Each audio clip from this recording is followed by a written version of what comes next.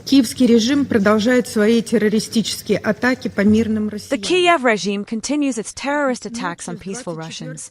On the night of July 24th to 25th, Ukrainian drones struck a tourist base in the Zaporozhye region, resulting in death of 12 people, 5 of whom were children. 19 people were injured. On the same day, a missile strike on one of the enterprises in the city of Kyiv left 6 people dead and 26 injured. On July 20th, a passenger bus on the Belgrade-Shebekino highway was attacked. As a result of the drone strike, 4 women and a 16-year-old teenager were killed. 27 people were injured.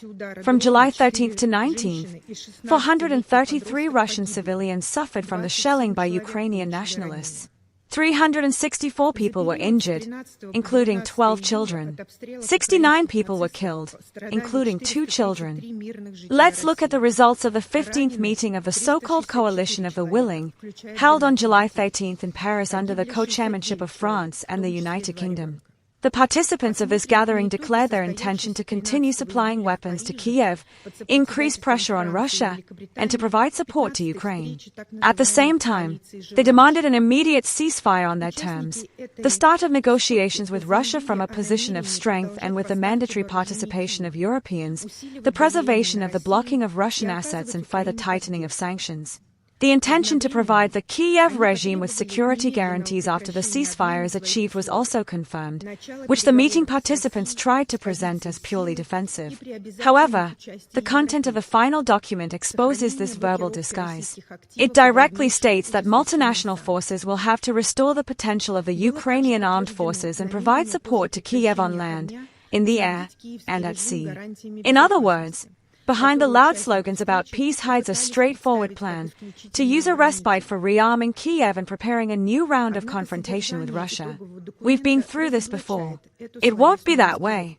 Do Western countries care about human rights in Ukraine? Of course not. After all, they have already paid for the lives of these slaves with their billions and consider it a pretty good financial deal.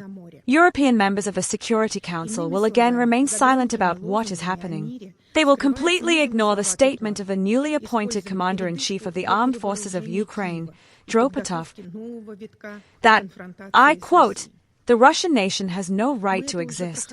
Except for us, none of the council members still see this as blatant neo-Nazism." It is telling that it is precisely to people with such beliefs that the West wishes victory. They continue to insist on some kind of breakthrough at the front, yet they refuse to see the simple logic. If this is the case, then why is Zelensky now forced to change the Minister of Defense and the Commander-in-Chief? Is this deliberate misinformation or self-deception? In any case, the clash of the illusion they've created with reality is inevitable. On the night of July 18th to 19th, the Russian armed forces delivered a massive strike with high-precision weapons and attack UAVs on Ukrainian defense industry facilities and military logistics in Kyiv and Odessa regions. In Kyiv, Rodionics, Spekhoboronmesh, Meridian, and Ukline enterprises were hit, involved in the production of components for the Flamingo, FP-7, FP-9, and Neptune MD missiles, the repair of aviation systems, as well as the manufacturing and storing UAVs. Strikes were also carried out on the Nova Pashta sorting terminal and the logistics center in Tarasivka, which were used for the delivery and distribution of dual-use products and UAV components. In the port of Yechny, fuel storage tanks intended for supplying the armed forces of Ukraine were destroyed. On July 24th, a group strike was carried out on the facility in the suburbs of Kyiv, where a demonstration of Ukrainian and foreign-produced UAVs was conducted, the very UAVs used for strikes on civilian targets on Russian territory. Once again, we emphasize that the Russian armed forces carry out strikes exclusively on specific targets involved in supporting the Ukrainian armed forces. Third, the long-term solution lies in pursuing common security. Russia, Ukraine, and European nations are neighbors that cannot move away. Living in harmony and seeking common security is the only realistic option. China calls on the parties concerned to abandon Cold War mentalities and block confrontation, to uphold a vision of common, comprehensive, cooperative, and sustainable security, and to properly address each other's legitimate security concerns.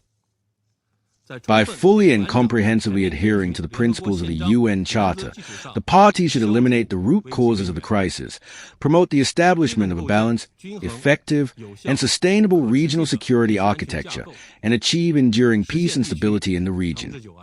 The most recent and one of the gravest incidents occurred on 19th July, when 3 Russian cruise missiles struck the Guinea-Bissau flagged bulk carrier Golden Leo, owned by a Turkish company. The vessel was attacked while carrying Ukrainian grain through a maritime corridor. 10 people were killed, including a Ukrainian maritime pilot, while 8 crew members were rescued. The vessel posed no military threat. Yesterday, the Golden Leo sank off the coast to Odessa. On the same days, Russia attacked another foreign commercial vessel sailing under the flag of Antigua and Barbuda near Odessa, killing 1 crew member and injuring 3 others. Another civilian vessel under the flag of Republic of Marshall Islands was struck in the port of Odessa, leaving 4 crew members injured.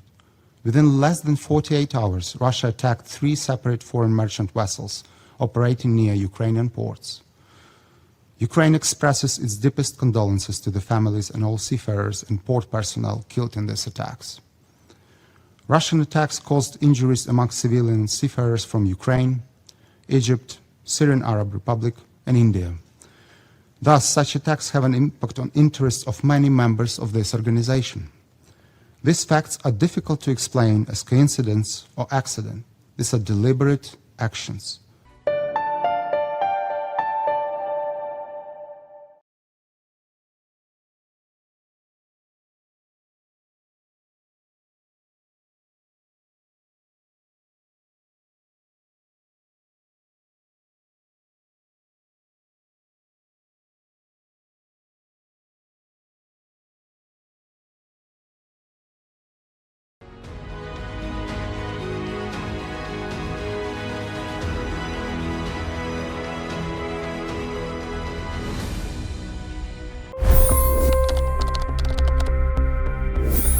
$25 crore गरीब गरीबी को परास्त करके बाहर निकले।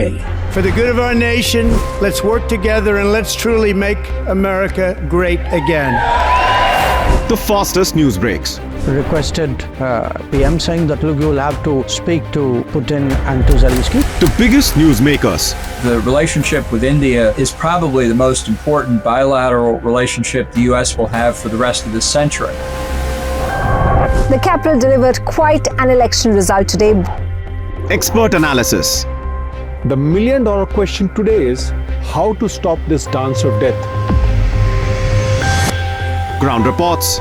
I'm standing at the crossroad of the Kumbh Mela. Behind me are more than 100 entry ghats. Long-form interviews. Exclusionary politics is reflected in Manipur case as well. You don't bother because this is a small state. Have you ever wondered what happens when a banking dynasty meets tides of world history, intrigue, and a dash of myth? Why exactly did the US topple the Sheikh Hasina government?